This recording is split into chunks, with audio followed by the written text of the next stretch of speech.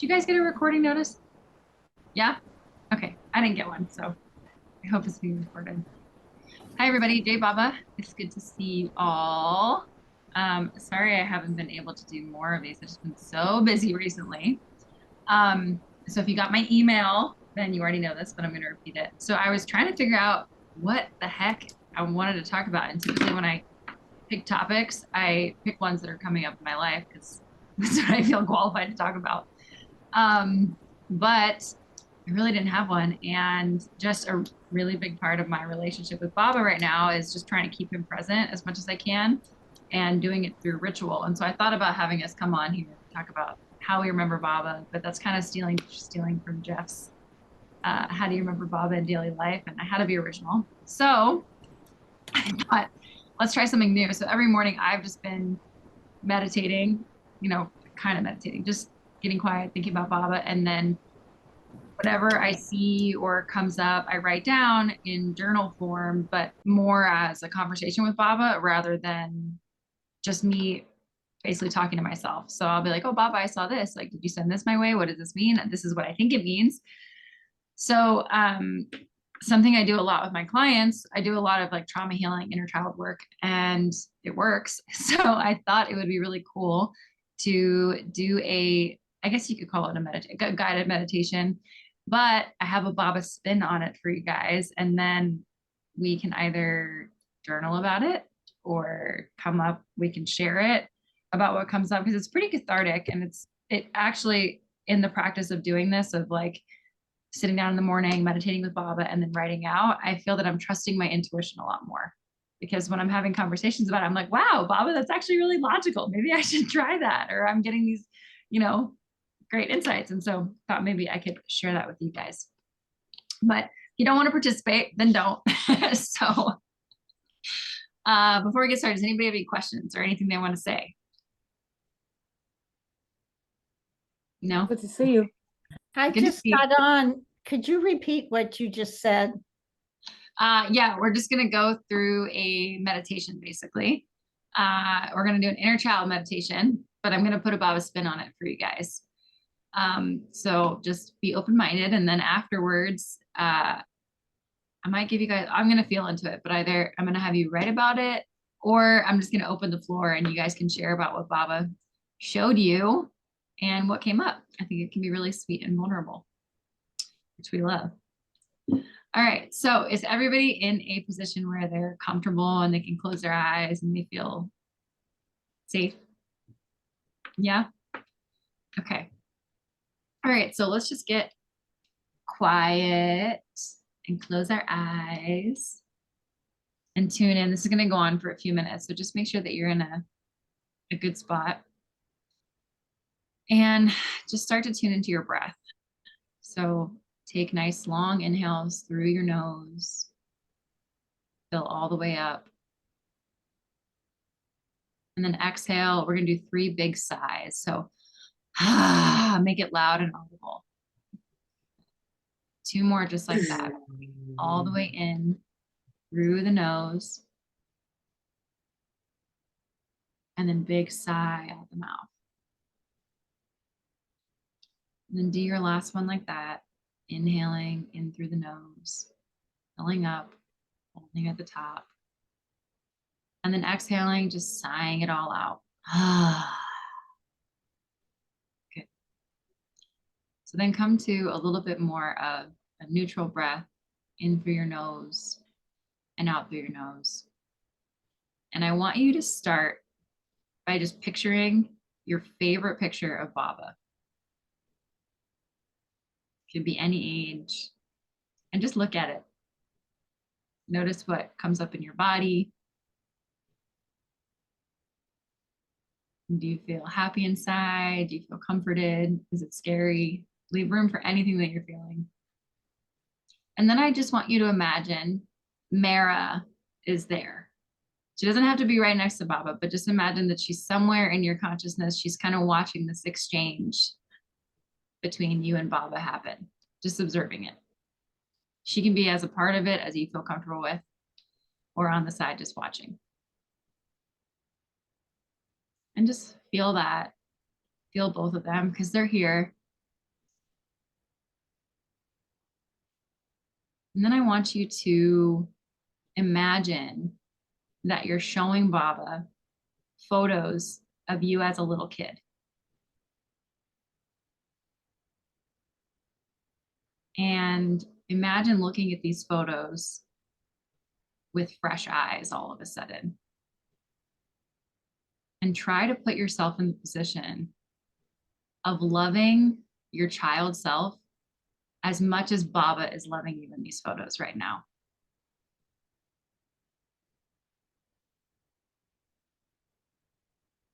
So just imagine what Baba's face is. Is he making funny gestures? Maybe it's sad. Maybe it was a hard childhood and Baba's having compassion for you. And now I want you to tell Baba the story of one picture. Imagine a picture of you as a little kid and tell Baba in as much detail the story of this little snapshot of you. What were you doing? What were you wearing? How are you feeling? What were you excited about?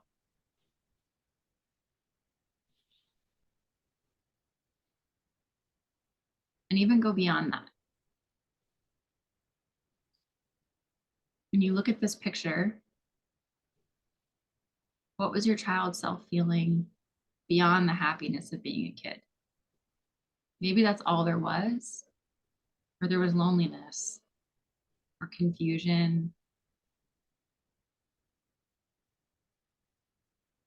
Imagine that for the first time, you're looking into your child's eyes. And because Bob is there, you can see every single part of your child self.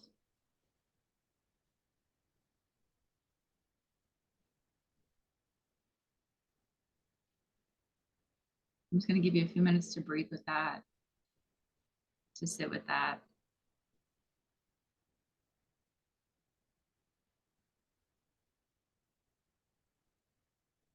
Keep in mind that Baba wants to hear all of it.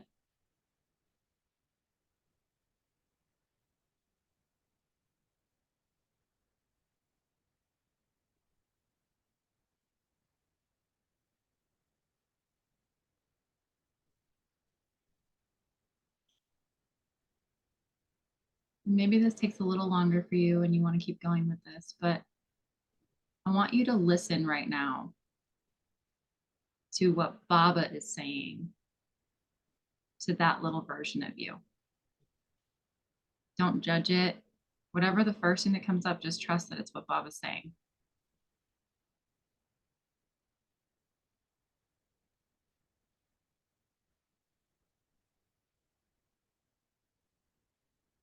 And then as your adult self right now, I want you to tell that little version of you whatever Baba just told you.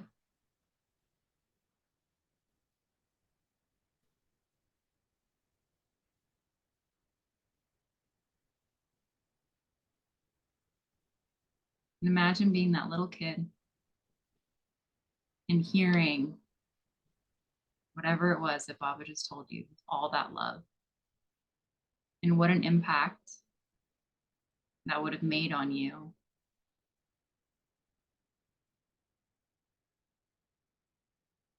if you had known you were that loved.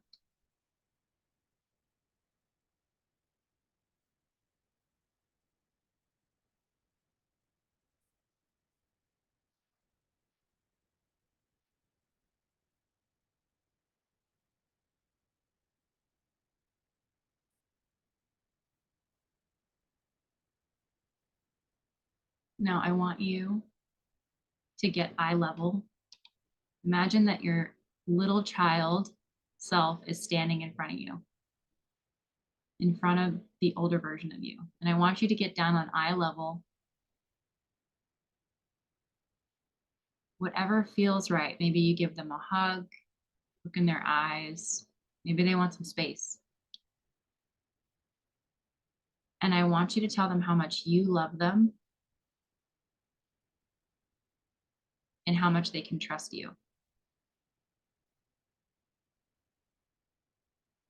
And then I want you to tell them that you have someone very special to introduce them to.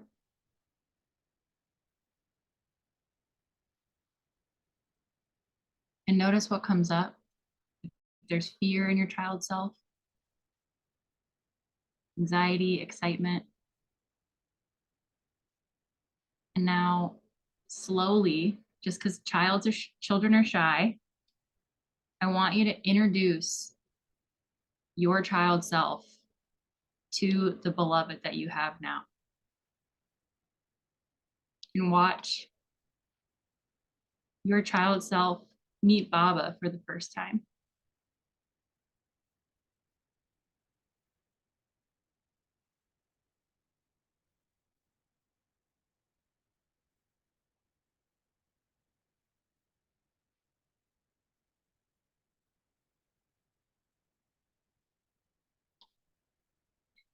And just imagine watching Baba love you.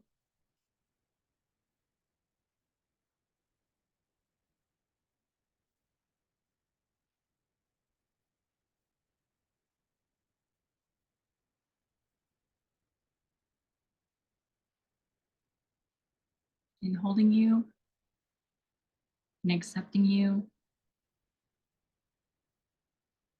and rewriting the whole story of your life.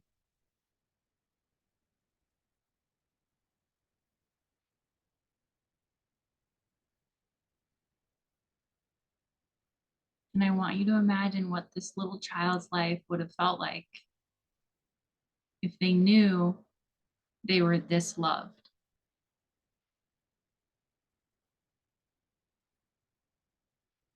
Now, like a Rolodex, I want you to spin through all the stages of your life and look at them as you lived them versus how it could have been if you knew that you were this loved.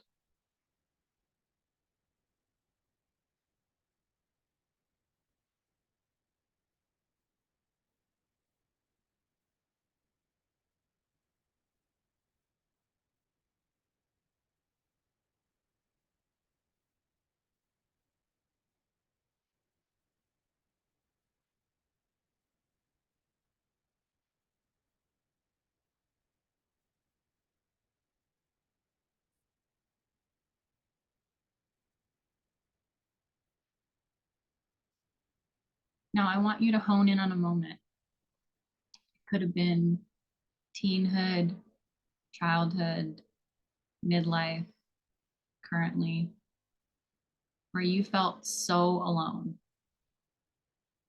and so abandoned.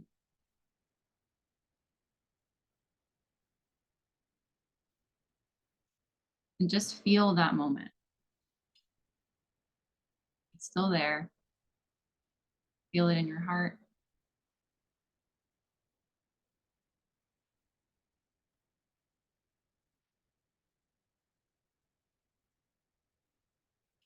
So, however you were at this age and whatever you were feeling, maybe it was a time when you cried a lot, you were depressed, you were angry.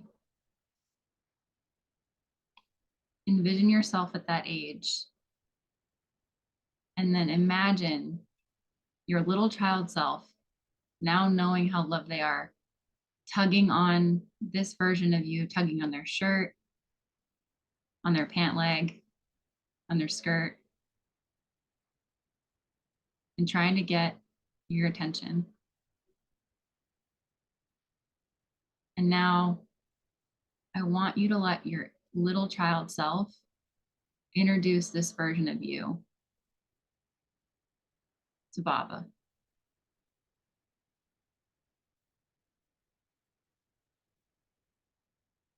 And all the shame, all the loneliness. Let your inner child and Baba take that moment away.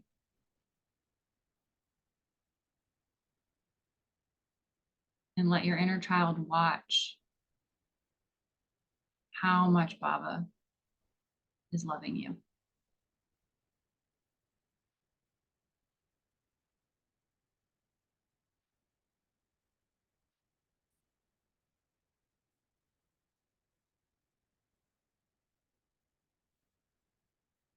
I'm holding you in that,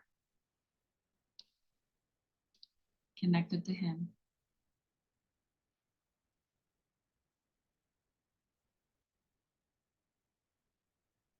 Now with that, imagine that you just got a redo on your whole life.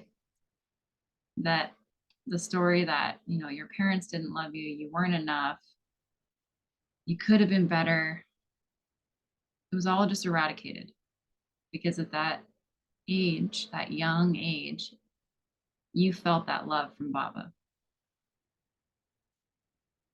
And imagine how much that would have changed your life and bring it to where you are right now.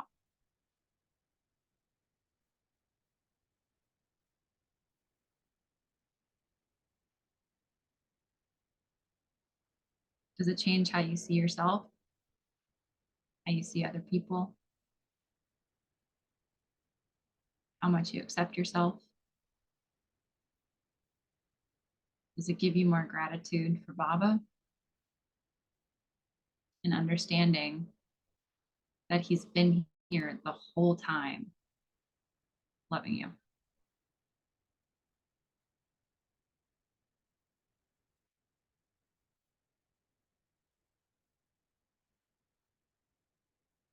Now imagine that Baba helped you grow up through this whole experience. He's been with you, which he has all along. And I want you to just ask Baba a question.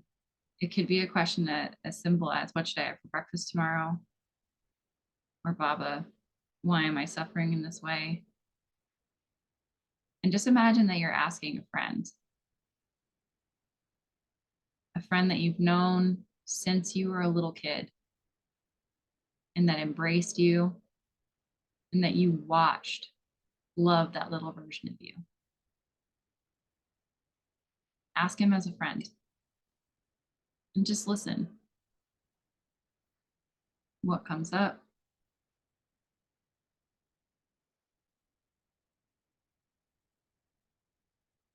Maybe he doesn't answer the question. Maybe he gives you a joke instead.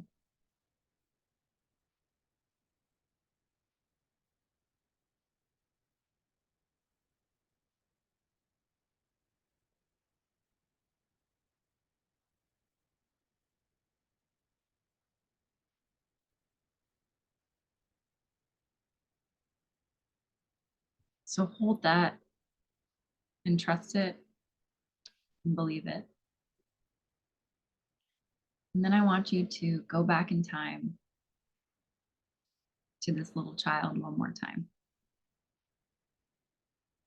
And I want you to imagine that you're handing your inner child off to Baba, that he's grabbing his or her hand and claiming you as his, that he's going to love you and hold you and protect you. And then I want you to imagine Mara coming in, wherever she is in this whole scenario, and grabbing the other hand of your inner child. And now just observe the fullness that your inner child feels with this level of love.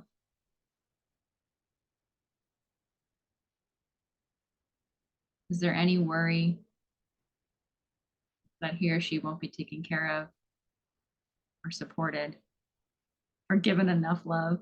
Maybe there is. And now imagine that Baba and Mara, one on each side, are taking your inner child and walking them into a beautiful sunset where they're just dissipating into the horizon. Maybe they're walking into outer space, walking into the ocean. And with this, Baba and Mara are taking all the heaviness that you've been holding on to, the story that you're not loved, and taking it away from you forever.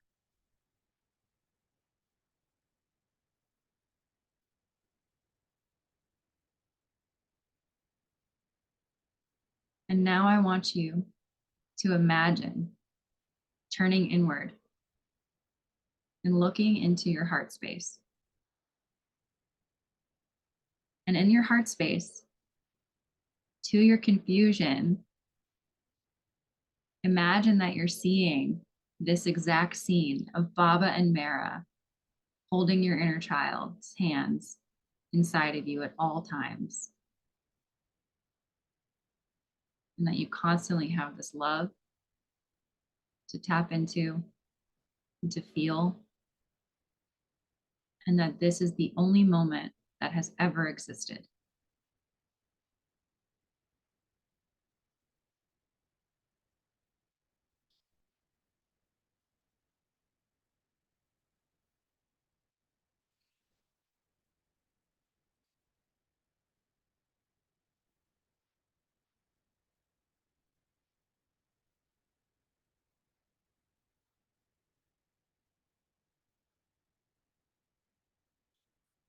Now there's no rush.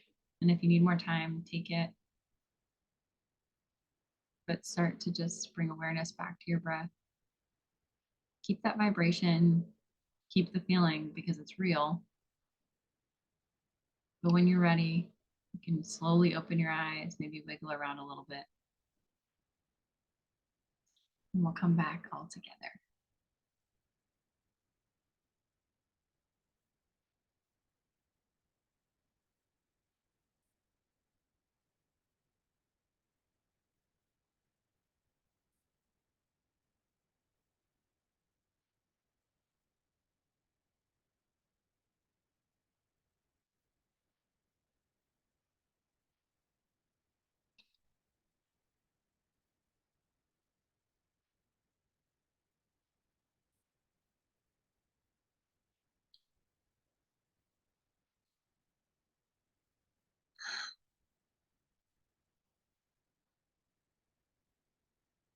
I see most people still have their eyes closed, so I'm just going to give everyone a few more moments. There's no rush.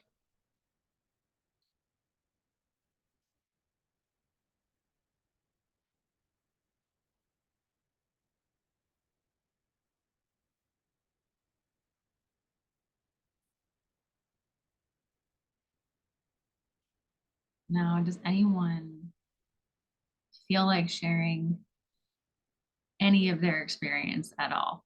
It could be, this was terrible, I wish I never did it. It could be the answer to the question that you got, maybe an insight or just what it was like to see Baba embrace your inner child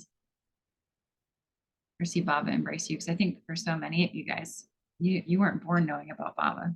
So maybe your inner child never met Baba. I mean, of course they did, but consciously. All right, let's go to Gail. Okay, well, my first memory of or picture of where I was 3.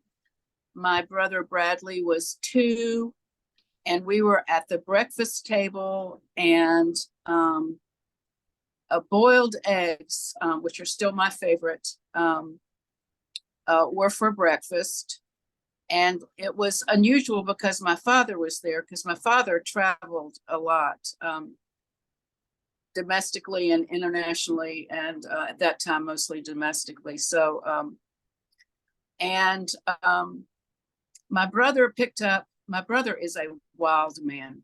My brother is he's still a wild man. And I guess in the best possible way. He's a barefoot water skier, and competes and wins international prizes and stuff.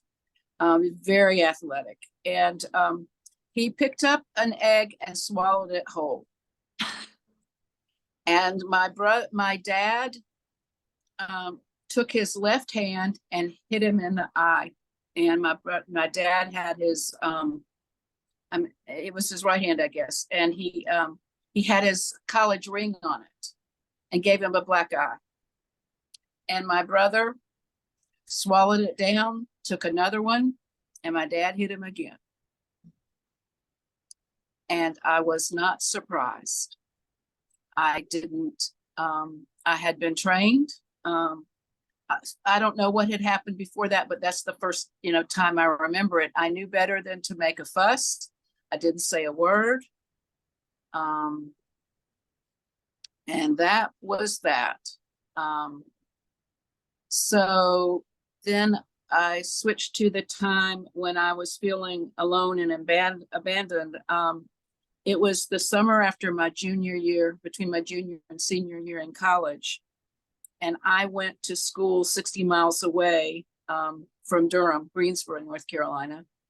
Went to a little Quaker school. It was great for me, being a real small place, just very, very good place to be. And I now know that my mother had postpartum depression when I was born, and so we just bond. It took me till my 50s to figure that out, but it's mainly because my sister had really bad postpartum depression, and my mother and my sister are so alike. My sister's 8 years younger. So I really realized that my mother was close to my brother and sister, but not to me. And I called her every Thursday night. My dad was usually out of town, but I called her every Thursday night. And then that way I could do whatever I wanted to. I knew that she would not call. I don't remember her. I think she called and told me my grandfather died. But I knew if I called her on Thursday night, she wouldn't call, and I could do what I wanted to do, whether it's go down to Atlanta and see my friend Molly or whatever. And nobody asked what I was going to do for the summer. And nobody asked what I was doing in the summer. And nobody asked when after the summer. I had heard from no one. And I had spent the summer with my friends actually in Durham. But no one asked before, during, or after. And I just couldn't believe that somebody that was 20 years old, or 21, I guess, I don't know which I was, somebody just wouldn't wonder where you were for 3 months. How are you making it? I got a job and lived with friends. And so, so thinking about Baba in all of those places, I think I would have had more confidence in myself. I think I would have believed in myself, because I just didn't feel important. I didn't feel like I mattered. And so I guess the short of it is I treated myself like I felt like I was treated at home. And, that other people were valuable and I wasn't one of them. My sister was the baby, so she was the wonderful one. And my brother was the athlete, so he was the wonderful one. So anyway, it does make a big difference with Mira and Baba in the picture. Now, I did have Jesus, and I did feel Jesus's love, but not the way that you described. And so I certainly didn't have that as much of a personal relationship with Jesus as I do with Baba and now Mira. So that's makes a big difference, is what I'd say. Is I would treat myself different. Jai Baba. Hey, Baba. Thank you for sharing, Gail. Yeah.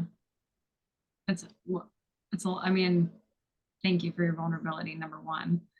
And also, it's so true. It's so crazy the way we treat ourselves, not thinking about how much Baba loved us, loves us, always loves us. Even now, all of us know Baba. We still probably treat ourselves like shit sometimes. Yeah. So thank you.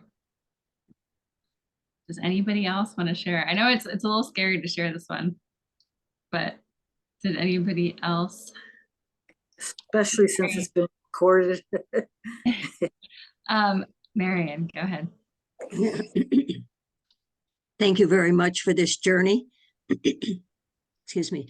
I'm not going to share all the details about that journey. I'm just going to come up with what happened for an action for me to take now. It was like nothing new, but like enlivened with new energy. So I went through each phase that you guided us through. And I was the kind of child that, youngest of four, kind of neglected about being. I had to figure out life from what my older sisters were doing because nobody was teaching me anything. I was very smart, very sparky, but I was more of a type that tried to please. So that was my main conflict. I have all this spark energy and I tried to fit in to a narrow place in my life, in my family. And so that created a lot of conflict psychologically and spiritually. So in giving over during this journey you gave us to, Baba and Mehera, I had Baba appear at certain ages, like the ancient one was one phase, and then Baba at more middle age, another one. And sometimes they were all together with me, the various ages. So what happened is I have been a student of nonviolent communication for many years. And now I notice down in Myrtle Beach at the community, somebody gives classes now on NVC. And so I went through this whole thing. And then what came to me was a message, because I have a sheet of paper, they're online, for nonviolent communication, real feelings and real needs. It came to me as what Baba says in the discourses about, I will not fulfill any of your wants. Now I'm paraphrasing. I will not fulfill your wants. However, I will fulfill every need. And it's up to you to dig around to find out what they are. So I know the basic, clothing, shelter, food, whatever, but to get into the nuances of needs, it takes some digging. So what came to me tonight is to pull out, I have it in a plastic sheet, my NVC, real feelings and real needs. And I got clear instructions tomorrow to look at the real needs sheet and see what are not fulfilled and circle them and write them down and focus on the top 10. And then I can ask Baba, what support do I need to fulfill that need? Not what do I need to do to fulfill it, but what support do I need? Because it comes from Baba. And so I felt really joyful with this. This is not new process, but I'm at a new place on the spiral. And so what I'll do is tomorrow get out that sheet, see what my unfulfilled needs are, and then focus on those top 10 and ask Baba what support, because I am open to receiving the answer. So thank you for this process. Thank you. Thank you, Marian. I love to hear it. I had a feeling you were going to share. I was like, this is not new for Marian. This is, she's done this. It's like the new place on the spiral. Yes. Yeah. So I am going to stop recording. So anybody who's listening online when this is posted, enjoy the meditation, write it down, do whatever. But I'm going to turn this off because I think it is pretty personal stuff. So thank you, Gail and Marian, for being on blast. But I think that might make